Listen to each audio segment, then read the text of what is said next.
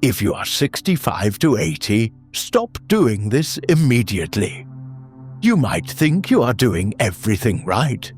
You eat carefully. You take your medicines. You even try to exercise a little. But there is something you are still doing that is silently harming your health.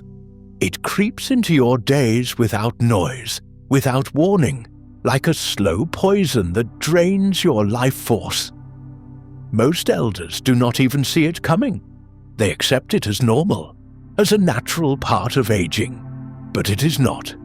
It is far more dangerous than you realize, and today I want to ask you to stop before it steals the last years of your freedom. What is it? It is sitting too much. Yes, that simple act of staying seated for long hours, day after day. You might think sitting is harmless. You might believe your body needs rest, that the chair is your friend. But in truth, your chair is slowly becoming your silent enemy. Sitting long hours is like placing your body inside a cage. It traps your muscles, it locks your joints, and it weakens your bones. Every hour you spend seated chips away at your strength, your flexibility, and your ability to stand tall. When I visit elders, I often see them spending most of their day in a chair. They watch television, they eat, they nap, they read. Hours pass. Their muscles slowly melt away. Their blood flow weakens, and their hearts grow tired. They do not see it happening until one day they try to stand up, and their legs refuse. One day they try to walk, and their balance betrays them. One day they fall, and that fall changes everything. A single fall in old age is not just a bruise or a small injury. It is often the beginning of a long decline. I have seen strong, proud men become prisoners of their beds after one fall. I have seen spirited women lose their joy, their independence, and even their will to live because they could no longer move freely. And it all started with the simple act of sitting too long. We humans were never designed to be still. Our ancestors hunted, gathered, climbed, and explored. Even in old age, they moved. They tended gardens, fetched water, played with children. Movement was life. Stillness was death. But now, in modern life, we trade that natural movement for comfort. We believe we have earned the right to rest. And while rest is important, there is a line we must not cross. Long periods of sitting are not rest. They are silent destruction. When you sit too long, your blood starts to pool in your lower body. Your circulation slows down.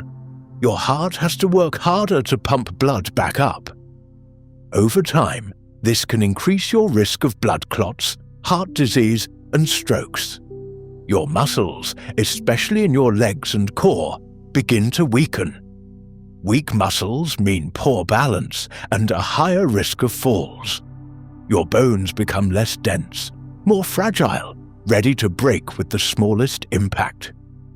Your joints stiffen, making each movement painful.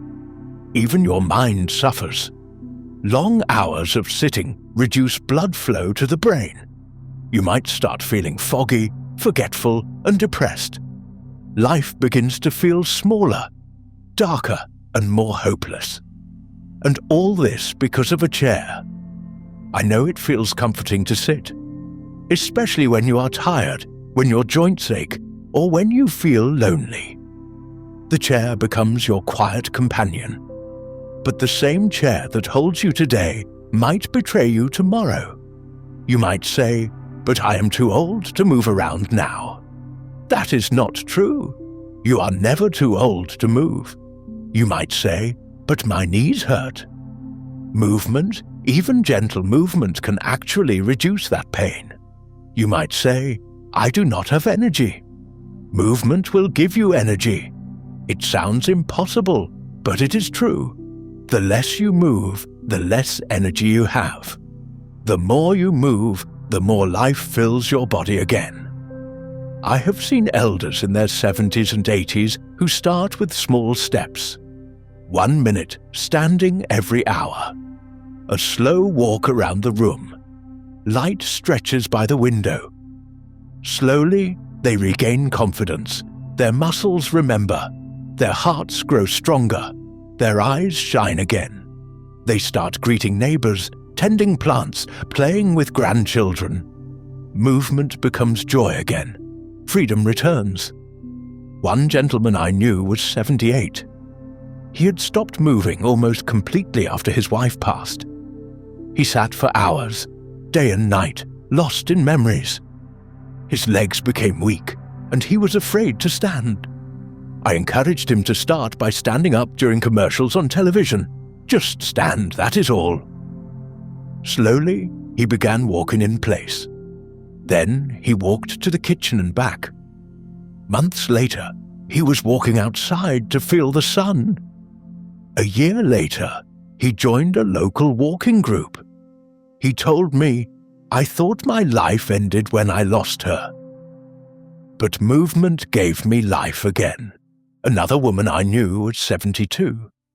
She loved gardening, but had given it up because of her weak knees. I suggested she start by sitting in the garden and doing small upper body movements.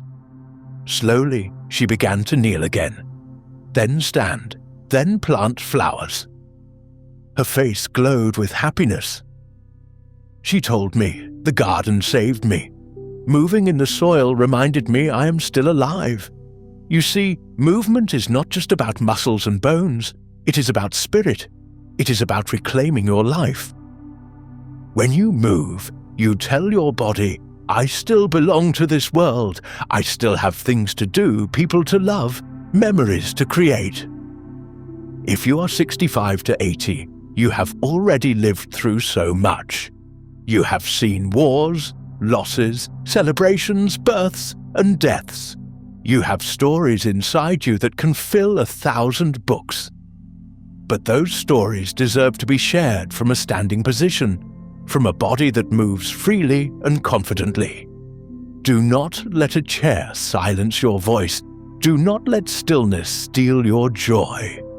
You might think you are safe sitting there, but the greatest danger is hidden in that comfort.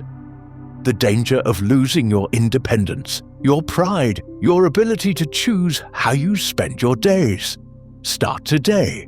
Stand up every 30 minutes. Walk to the next room. Stretch your arms above your head. Roll your shoulders. Bend your knees gently. Dance to your favorite old song, even if just for 1 minute. Wash the dishes standing up instead of sitting down. Take the longer route to the bathroom.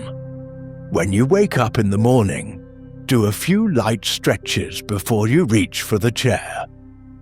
Make movement part of your daily prayers, part of your morning gratitude, part of your love for yourself. Because that is what it is, an act of self-love. Every small movement is a promise to your future, a promise that you will not surrender to time without a fight, a promise that you will show up for yourself, even when it is hard, a promise that you will keep living fully, not just existing. I know change is frightening, but staying still is far more frightening in the long run. The chair will not warn you. It will simply take and take until one day you realize you cannot get up without help. And by then, the road back is much harder. But today, you have the chance to choose, to rise, to reclaim, to walk your path with dignity and strength. If you are 65 to 80, stop sitting for long periods immediately. You might think this is your last chance to enjoy comfort. But truly, it is your last chance to protect your freedom. You deserve to enjoy your final decades, standing tall, breathing deeply, moving through life with grace. You deserve to travel to the park, to visit friends, to dance at family gatherings, to play with your great-grandchildren. You deserve to feel the wind on your face, to touch the earth with your feet, to celebrate the simple miracle of being alive. None of this is possible if you let the chair become your master. The power to change is inside you. Every sunrise is a gift. Every step is a blessing. Do not waste them in stillness. Let each moment be filled with life, with breath, with motion. Imagine a future where you walk confidently into a room, where you rise without struggle, where you greet each day with energy and joy. That future begins with one decision today: to stop sitting too much. This is not about perfection. It is not about running marathons or lifting heavy weights. It is about simple, consistent movement. About standing more than you sit. About listening to your body and honoring its deep need to move. I have seen transformations that would bring tears to your eyes. Elders who believed they were finished, who thought life had nothing more to offer, who discovered a new chapter because they chose to move. You can be one of them. You can be the elder who inspires your children, your neighbors, your friends. You can be the one who shows that life does not end at 65 or 75 or even 80. Life ends only when you stop moving. Today, make the quiet decision in your heart. Stand up, move. Let that be your daily medicine, your silent prayer, your act of defiance against aging. And when you do, you will feel something awaken inside you. A spark, a warmth, a sense of possibility. That is your soul remembering it was born to move, to explore, to live. If you are 65 to 80, stop doing this immediately. Stop sitting in silence, in stillness, in surrender. Rise and reclaim your life before it is too late. This is your last chance to choose freedom over comfort, strength over weakness, life over slow decay. I believe in you.